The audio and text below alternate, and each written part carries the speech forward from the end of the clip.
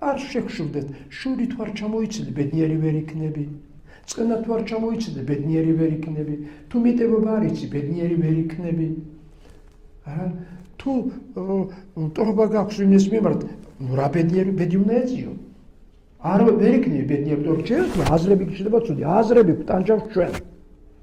ცუდი ფიქრები შემოგიჩნდება რაღაცა და აი ტანჯები გასო ხანისთან რაღაცებს წარმოიდგენ რომ ეს საძიროში დაფრული არ მქონდეს და სხვა დაინახოს ალბათ სიხშირე დავიწვებოდი. ხო? გავასურთოთ აზრები.